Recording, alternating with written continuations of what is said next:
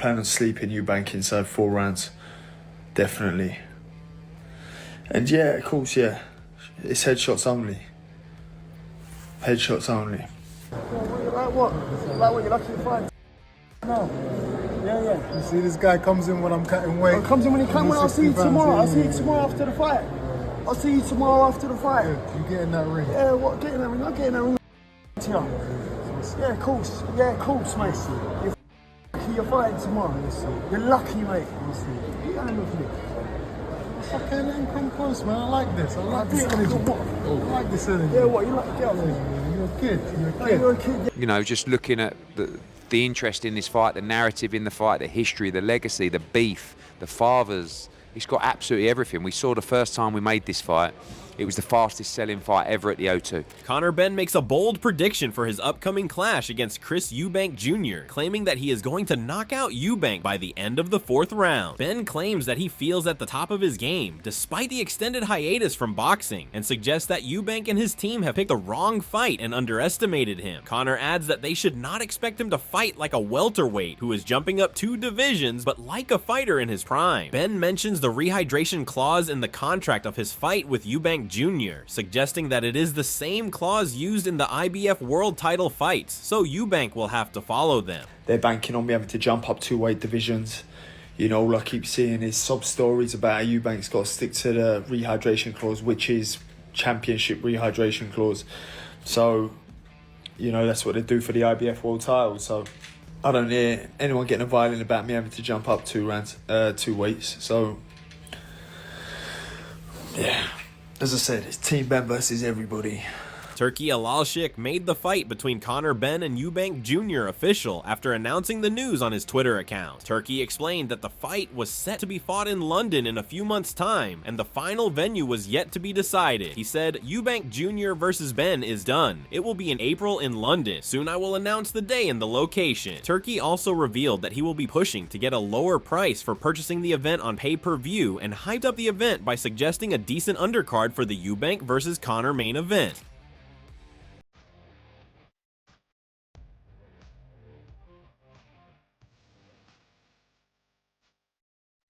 Turki later revealed the date and venue for the event on his Twitter.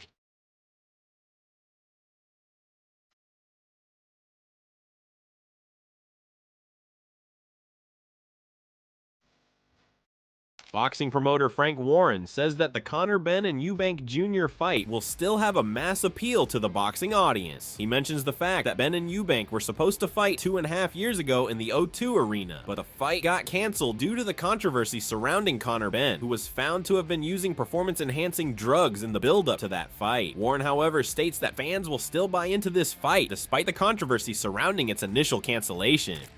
Well, it's a fight that everybody's had a lot of interest in for various reasons. Originally, it was going on in, was it in O2? Was it? I can't remember where it was. Yeah, it was the O2. Before it got postponed for well-publicised reasons. Been a lot of controversy the last 2 years. Obviously, their fathers are very, very famous British boxers. And by the way, happy birthday to Nigel Benn today, 61 today. I think it's... people will buy into it and they'll watch it, and it's got a lot of controversy around it. Eubank Jr. and Benn were due to clash in October 2022, almost 30 years after their fathers Chris Eubank and Nigel Benn settled their iconic in-ring rivalry. But the all-British bout was thwarted on late notice due to 2 failed drug tests by Benn, who was then stripped of his British boxing license. Benn is finally free to box in the UK again, having competed in the US over the last 2 years, and a reorganized clash with Eubank Jr. has now been announced. Conor Benn's boxing promoter Eddie Hearn has commented on the fight against Chris Eubank Jr. being announced, calling it the Battle of Britain for both fighters. Hearn expresses his happiness in Benn being able to box again after 2 years of frustrating suspension. Eddie says that both he and Conor have worked hard during this time to get Benn back inside the ring, and the opportunity for that has just arrived with a huge fight against Eubank. Hearn claims that negotiations between the 2 teams have been smooth with Turki's presence, and that they were able to get their desired term. Boxing's in such a great place, and early hours of the morning, of course, you saw His Excellency announce the big one, Ben Eubank, and I couldn't be happier. You know, 2 years of graft, 2 years of pain, if you like, particularly for Conor, but for me as well. And I never stopped grafting. I never stopped grinding away. And we ended up with just an amazing opportunity for Conor Benn. Absolutely everything we wanted in the deal and more. Everyone done an amazing job, and now you've got the biggest fight in Britain. Eddie explains the hype surrounding this fight and the narrative surrounding both Conor and Eubank, their genuine dislike for each other, and the legacy of their father's rivalry. Hearn recalls how quickly tickets and pay-per-view purchases were made during the previous instant of this fight's announcement at the O2. Eddie suggests that the Benn vs. Eubank Jr. would be even bigger than last time, given the larger new venue at the Tottenham Hotspur Stadium. You know, it's just going to be the build-up. You boys are going to be sitting there. Parsons is going to be having wet dreams at the numbers. You know, just looking at the interest in this fight, the narrative in the fight, the history, the legacy, the beef, the fathers. He's got absolutely everything. We saw the first time we made this fight, it was the fastest selling fight ever at the O2. It was the biggest grossing fight ever at the O2. Now it'll be in a stadium. Eddie reveals that he has been trying to negotiate a fight between Conor Benn and Chris Eubank for over a year now, but negotiating with Eubank's team has been difficult, claiming that Eubank's ego got in the way. Hearn adds that with Turki Alalshik's involvement in the fight, things have gone smoothly. Eddie believes that Turki played a major role in getting Eubank to agree to certain fair terms that would not have been accepted if he had requested them. We know that His Excellency is brilliant at sitting in the middle, and a lot of the things that we wanted in the fight, Eubank would never have agreed to if I asked it. And they weren't unreasonable. Is that just an ego thing? Yeah. But when Turki says to him, listen, Chris, you're making a lot of money here. This is not unreasonable. Come on. He did it. And then the fight gets made. Frank Warren discussed this development and reflected on his previous statement in which he was critical of Conor Benn and his team for the suspensions of PED use. Frank states that even though he is not fully aware of the details of Benn's case, now that the anti-doping agency has cleared Conor to compete again and issued him a new license, then there should be no problem in Benn fighting again. It must be cleared to box because they've said so.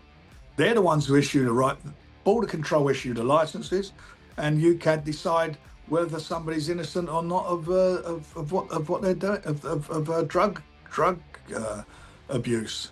And if he's cleared, he's cleared. Frank adds that it is not his job as a promoter to focus on the legal aspects of things and says that it should be left to regulating authorities. Warren believes that if Conor was suspected of drug abuse, then the only way back for him was to rehabilitate and start over. That's not our job as promoters to police the sport. You know, I support what they say.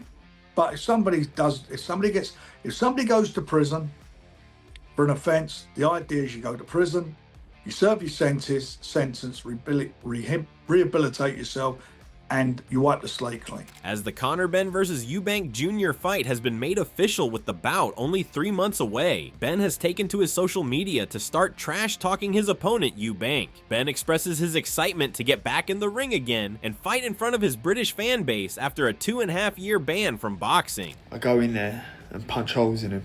That's how I'll be. Very excited, very, very excited, to be honest. You know, I've missed fighting back home, miss the British fans, miss the supporters. Conor has thanked his fan base for their continued support during this period and has promised them that he is going to make light work of Eubank Jr. and expects him to knock out Chris by the 4th round. But yeah, just thought I'd come on and just say I appreciate all the love and support, you know, over the past 2.5 years. I'm excited to come out and, yeah, give you guys the fight you want. And that is by knocking Eubank out and rendering him unconscious in 4 rounds. No doubt. But yeah, I plan on sleeping Eubank inside 4 rounds. Definitely. And yeah, of course, yeah. It's headshots only. Headshots only.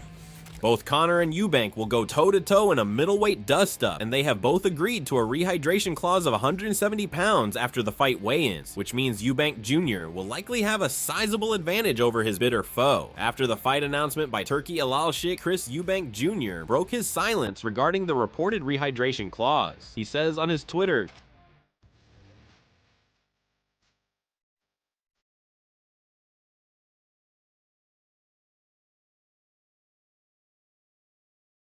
Eddie Hearn has addressed Eubank's concern regarding a rehydration clause in his fight against Conor Benn. Hearn claims that the fighting weight is 160 pounds, which is Eubank Jr.'s preferred weight class, and explains that Conor is climbing up 2 divisions from welterweight to middleweight to fight Eubank. Eddie suggests that the rehydration clause is a fair request, considering the size difference between the two fighters, and points out that it is within the rules of the sport to request it. Hearn adds that Eubank should have no right to complain, as the current rehydration terms are more favorable to him than the previous ones. He mentions that he is pleased with the contract negotiations and believes that the terms that were agreed upon were what they desired. Yeah, I mean, I'm not going to talk too much. I'll tell you something now, that the weight is at 160, which is Chris Eubank's weight, and you know the hydration is well within governing bodies. It's a much better hydration for him this time than it was last time. And by the way, when people say, "Oh, you made him," Conor's coming up 2 weight classes. Conor's a welterweight.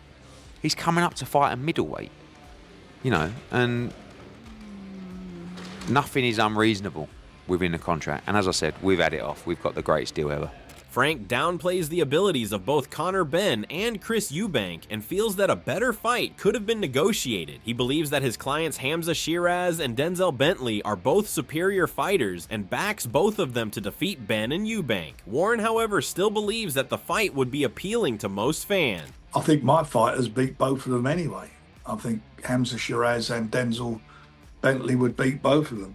I don't think they're the best fighters in the area they come from. They are, my 2 guys who I work with.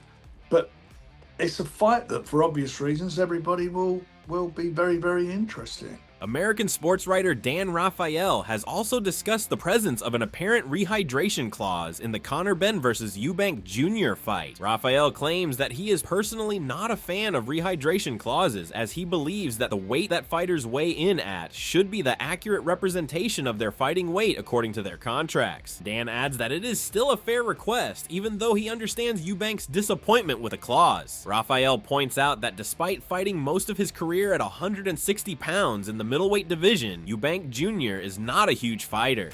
Not really. I mean, look, I understand why Eubank wouldn't want to do a rehydration clause, and frankly, I hate rehydration clauses.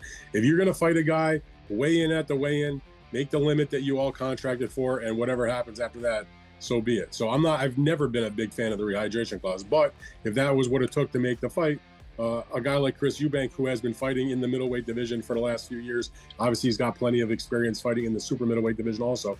But I don't think, you look at Chris Eubank and see this guy who's a big super middleweight. Eubank Jr. last fought in October, stopping Kamil Zirameta in round 7. That result crowned the Briton as the IBO middleweight champion. In his previous fight in September 2023, Eubank Jr. avenged a stoppage loss to Liam Smith with his own knockout win. Meanwhile, Benn last fought in February 2024, outpointing Peter Dobson in Las Vegas. Before that, in September 2023, he beat Rodolfo Orozco via decision in Orlando. Benn's last fight on home soil took place in April 2022, when he stopped Chris Van Heerden in round 2. Conor Benn also gives fans a heads up on his future matchups following his confirmed bout against Eubank Jr. Conor explains that he is taking the fight against Eubank by climbing up 2 divisions at 160 pounds, but he does not see himself fighting at that weight division for too long. Benn acknowledges Liam Smith's call out and says once he defeats Eubank, he will happily take on Liam at his preferred weight class and jump down to 154 pounds. Benn reveals that his final goal is to eventually go back down to his original division at 147 pounds and fight for the world title against Mario Barrios. And then I'll drop back down to 147.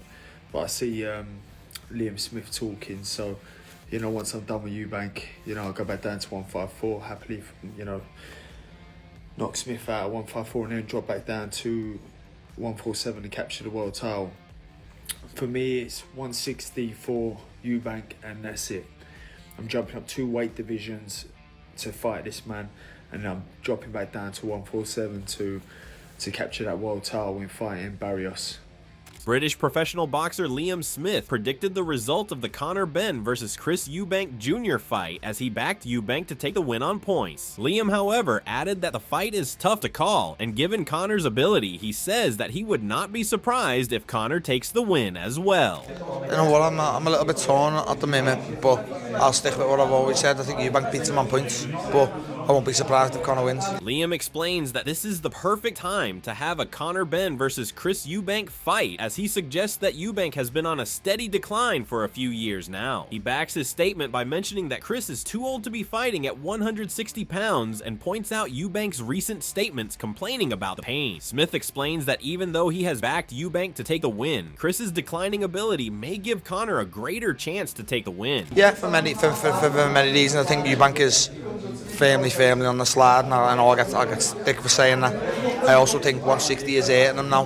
He's starting to mention it a few times, so that's why I bring Conor into it a little bit more.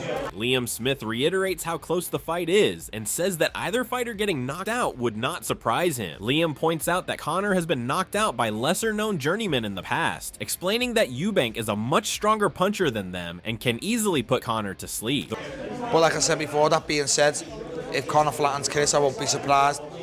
I won't be like, wow, Conor's just knocked Chris out.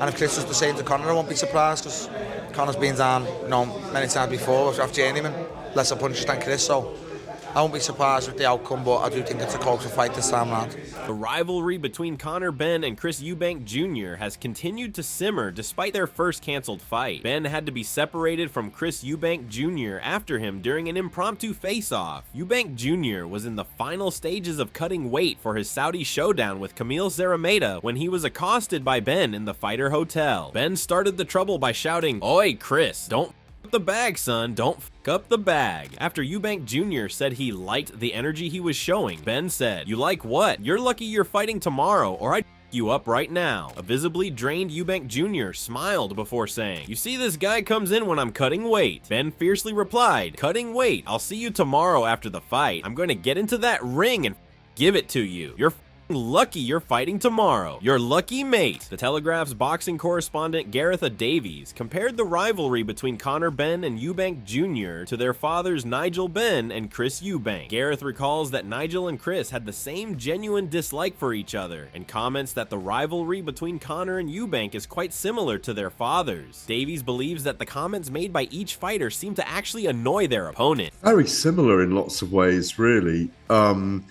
Because I think there's a genuine dislike for each other. They wind each other up in a certain way. There's a lot of huffing and, oh, did he really just say that? Gareth mentions that during their father's rivalry, Eubank Sr. received a heated response from the fans, while Nigel was adored by the audience. He mentions that Eubank's bold comments during the fights made him a polarizing figure in boxing, but the sentiment has changed since then, and fans have gone on to appreciate Eubank a lot more now. I think in this era, I think Nigel Benn was the more beloved. I think Chris Eubank Senior was always hated till he was loved, if I can say it. I think people really love him now, but he really was a figure of, did he really just say that? Was he really just like that? Is there all this put on? And in fact, when you know him now compared to what he was like then, neither of them have really changed. Davies believes that Conor and Eubank Jr. are eerily similar to their fathers, and this rivalry would replicate how they behaved. Gareth recalls Conor's Ring Magazine Awards attendance and points out how Benn was looking to pick a fight with everyone there, apart from Shakur Stevenson. The boys do mirror the fathers in so many ways that Conor's so emotional. He's always picking fights with everyone. The other day at the Ring Magazine Awards, he was literally picking fights with everyone, apart from Shakur Stevenson, who said he was absolutely brilliant to meet. Yeah, it's a very good point how similar they are. They're like peas in a pod with their fathers. That was all for today. April is just around the corner, and things have been heating up between Conor Benn and Eubank Jr. What do you feel about the matchup? Let us know in the comments below, and be sure to subscribe to the channel to stay notified when we post a new video.